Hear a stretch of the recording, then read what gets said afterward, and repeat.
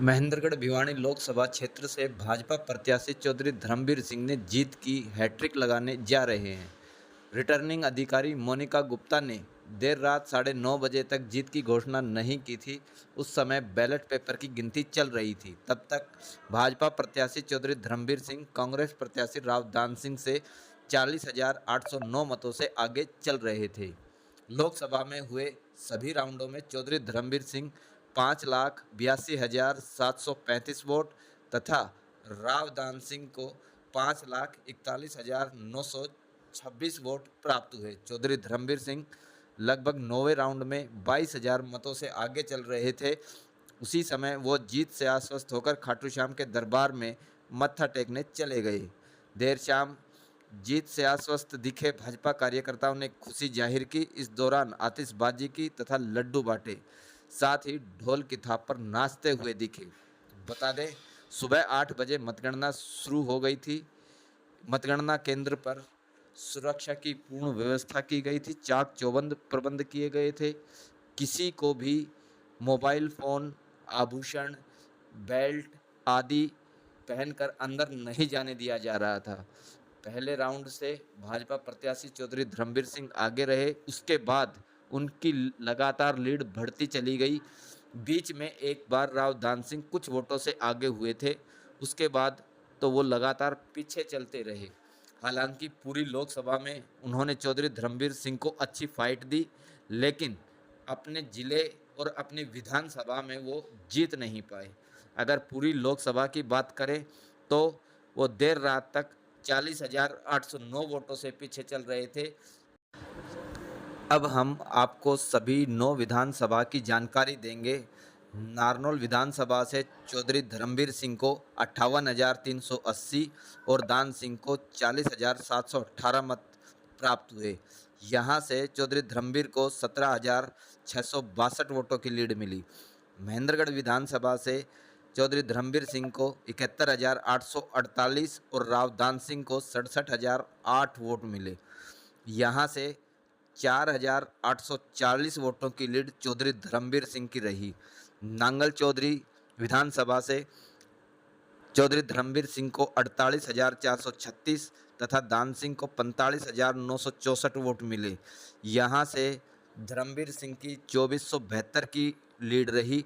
अटेली विधानसभा से चौधरी धर्मवीर सिंह को 76,198 तथा दान सिंह को 56,695 वोट मिले। यहाँ से चौधरी धर्मवीर सिंह की 19,503 वोटों की लीड रही।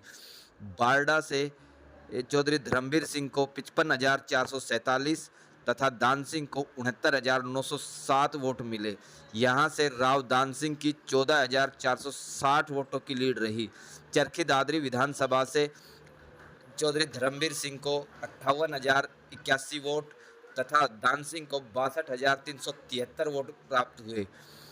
यहाँ से राव दान सिंह की 4,292 वोटों की लीड रही।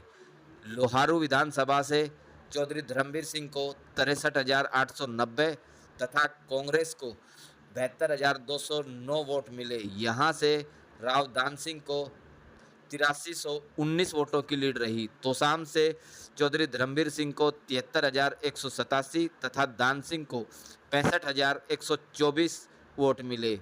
यहाँ से चौधरी धर्मवीर सिंह को 8,063 वोटों की लीड मिली।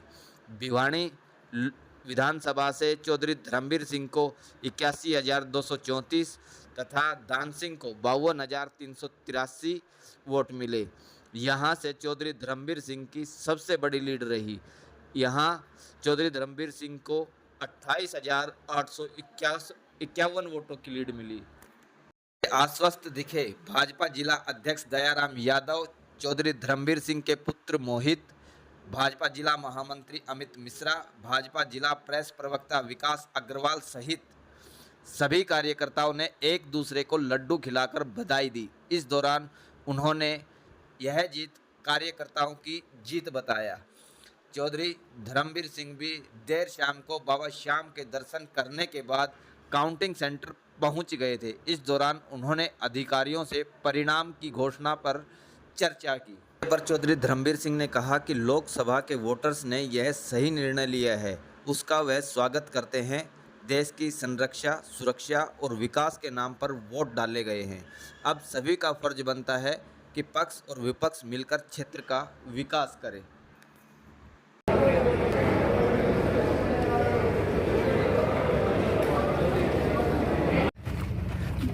जो जीत हासिल की है, क्या कहना चाहेंगे? क्या कहेंगे? देखो, इस प्रकार से क्षेत्र के लोगों ने, प्रदेश और देश की वोटर ने एक बहुत ही अच्छा निर्णय लिया है। मैं उसका स्वागत करता हूं और देश की सुरक्षा और देश के विकास के लिए ये राष्ट्र के नाम पर वोट डाला है।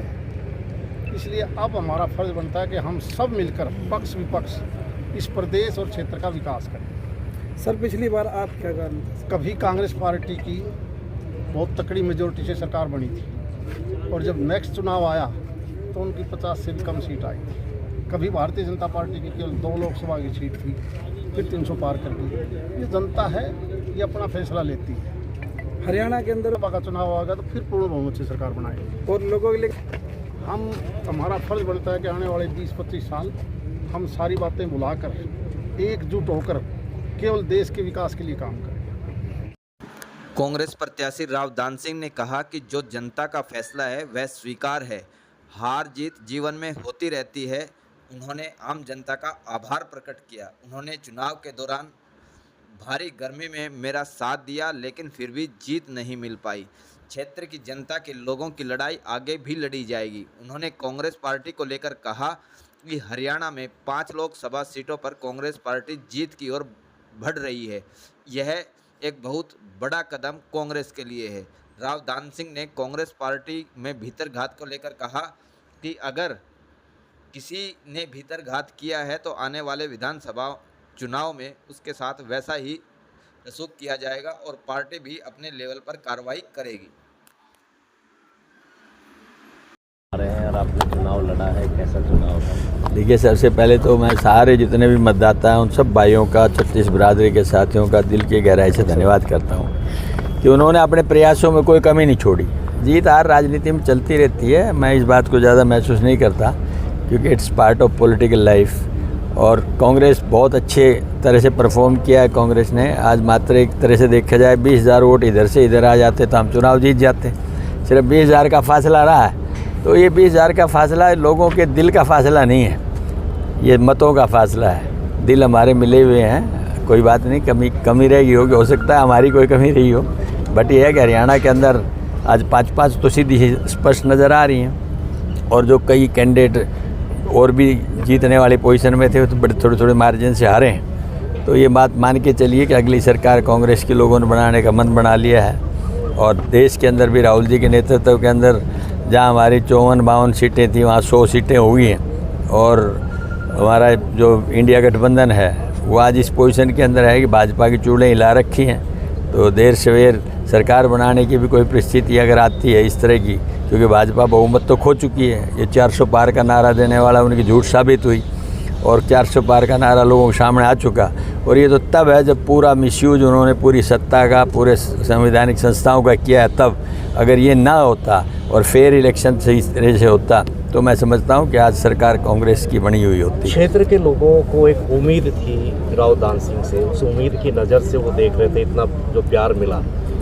अब उस उम्मीद को पूरा कैसे किया जाएगा क्या विधानसभा चुनाव में? देखिए, ये तो आगे की प्रक्रिया है, 3 महीने बाद चुनाव होने वाले हैं। मैं तो समझता हूँ जिन भाइयों को कोई हमारे में कोई कमी रहेगी तो मैं तो यही कहूँगा उसको भूल करके ना आने वाले समय को पहचान लें, ज़रूर पहचान लें, अपने पराये की ज़रूर पहचान कर लें। बाकी कुछ पहचान करें ना करें वो उनका अपनी राजनीतिक सोच के अलावा व्यक्तिगत सोच है, लेकिन इतना कहूँगा कि उनको सिर्फ अपने पराये की पहचान जरूर करनी चाहिए। मुझे ऐसे लोगों ने साथ दिया जो मैं सोचता नहीं था और जिन लोगों ने जी जान से मदद की उन लोगों ने बहुत अच्छे चल करके की। तो कमी शायद हमारी तरफ से रही हो कोई, वरना तो मैं समझता हूँ कोई कामयाबी में कमी नहीं थी। जी तोड़ करके लोगों ने मदद की, ऐसी धूप में गर्मी में पसीने के अंदर भीगते हुए 4-4 घंटे लेट होकर के लोगों ने बड़ी मन से मदद की है। मैं उनका धन्यवाद करता हूँ और मैं ज़िंदगी में उनका एहसान सदा मेरे सर पे रहेगा। कभी वक्त आएगा तो मेरे से प्रयास जरूर रहेगा, शायद कर्ज तो नहीं उतार पाऊँ लेकिन ब्याज समेत उतारने का प्रयास जरूर पार्टी के अंदर भीतर घात की कहीं कोई सूचना? भीतरघात तो सारा बात भीतरघात ही था ये, लेकिन अब भीतरघात का तो चलो पार्टी देखेगी, लेकिन जिन्होंने भीतरघात किया है वो भी सोच लें, कोई दिक्कत नहीं है, तो चलता वो भगते को भान बराबर, आने वाला रास्ता है, उसमें क्या है, इसमें कोई बात नहीं। मैं इस बात को महसूस नहीं करता ज़्यादा, हम तो हमेशा लड़ते रहे हैं, लड़ते रहे। पे है कि विधानसभा को लेकर क्षेत्र की जो सेवा करना चाहते थे वो विधानसभा पे नजरें। बिल्कुल बिल्कुल 100%। जब आदमी एक फील्ड से जाता है तो हमेशा दूसरी फील्ड पे जाके अपना युद्ध की तैयारी कर देता है। हम तो उन्हीं में से एक अनुशासित सिपाही हैं, पहले भी लड़ाई लड़ते रहे, आगे भी लड़ाई लड़ेंगे। फिर भी एक बहुत भारी समर्थन मिला, धन्यवाद। नहीं, पूरा धन्यवाद, मेरे सभी भाइयों का धन्यवाद, 36 बिरादरी का धन्यवाद। और मैं बता रहा हूँ आपको, उन्होंने जो इस गर्मी, इस परेशानी के अंदर जिस उत्साह से काम किया वो मेरी सोच से भी दूर था। मैं उनका फिर कोटि कोटि धन्यवाद करता हूँ, और मेरे लायक कभी भी बात होगी तो मैं उनके लिए सदा खड़ा हूँ।